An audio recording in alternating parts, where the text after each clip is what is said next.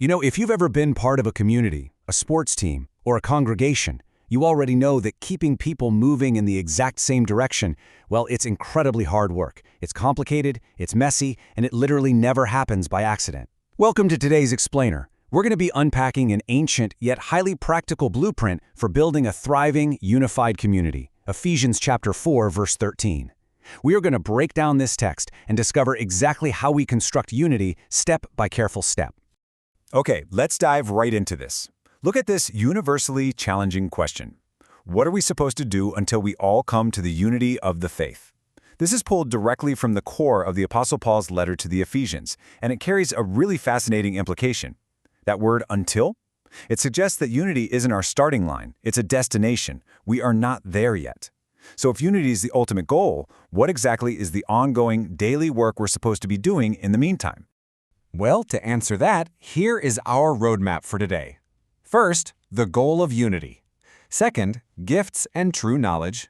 Third, steps to build unity. And finally, pressing toward the goal.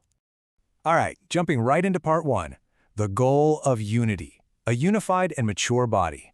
So this is where we learn that unity isn't just some passive state of sitting around a campfire agreeing with each other. No, it's a highly active construction process.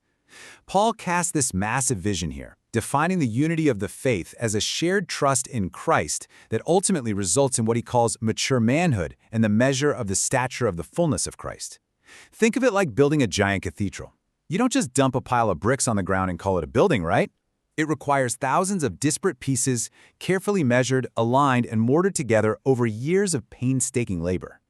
Achieving a unified body of believers of this magnitude doesn't happen overnight. It's a marathon for sure.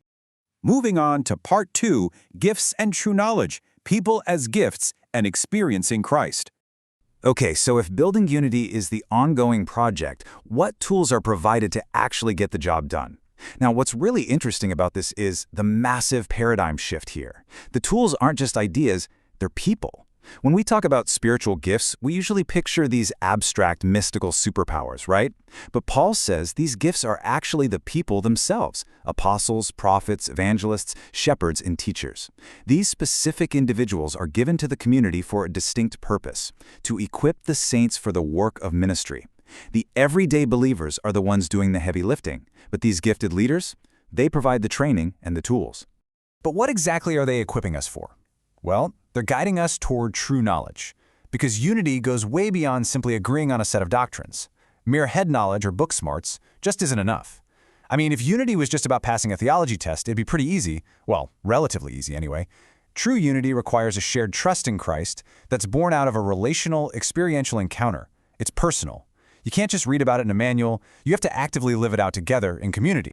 We see this beautifully echoed in Philippians 3:10, where Paul writes, "I want to know Christ, yes, to know the power of his resurrection and participation in his sufferings, becoming like him in his death." Notice the profound depth of desire there. And actually, pause for a second and remember the context here. Paul wrote these words while chained up in a Roman prison. He is literally facing execution.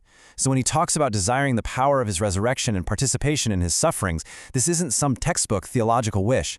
It's a raw, visceral longing for an experiential knowledge that transforms his brutal reality.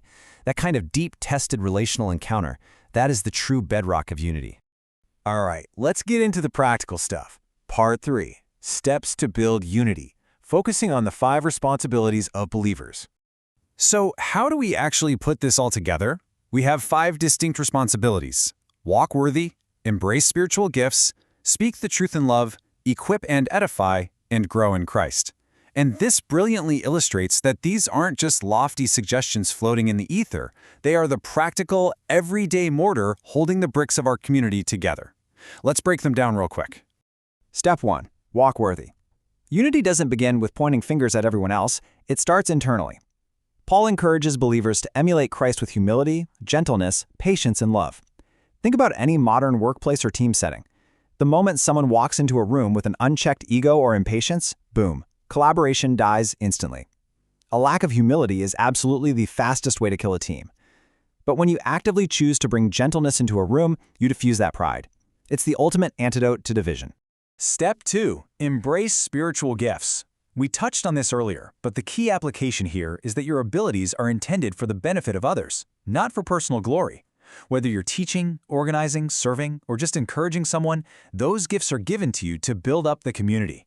It completely shifts our perspective from looking inward at our own success to looking outward at the very real, tangible needs of our neighbors. Which brings us to step 3, Ephesians 4:15. Speaking the truth in love, we are to grow up in every way into Him who is the head, into Christ. So, the crucial point is, unity does not mean ignoring real problems, walking on eggshells, or sweeping mistakes under the rug. True unity requires addressing errors, and that takes immense courage. But, and this is the absolute key, it must be done in love. The goal is never, ever to win an argument. The goal is always restoration and healing. Step 4 naturally follows. Equip and edify. This is where active fellowship and accountability come into play. We simply cannot neglect meeting together. This ongoing support acts as the essential load-bearing beams of our community. Without regular, edifying encouragement, the architectural structure of our unity will literally collapse under the sheer weight and pressure of daily life. Finally, step 5, grow in Christ.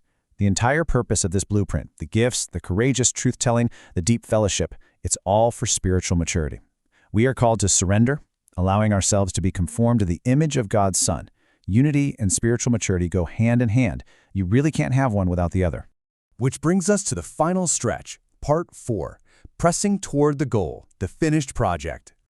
We've seen the blueprint and we've reviewed the daily steps. Achieving peace, harmony, and spiritual maturity is undeniably difficult. It takes relentless effort, immense love, and a deep appreciation for the diverse people around us. But we're called to keep moving forward. Just like Paul says in Philippians 3:14, I press on toward the goal for the prize of the upward call of God in Christ Jesus. This is a forward-looking challenge. We do not settle for division, and we definitely don't settle for complacency. We actively and passionately pursue that prize.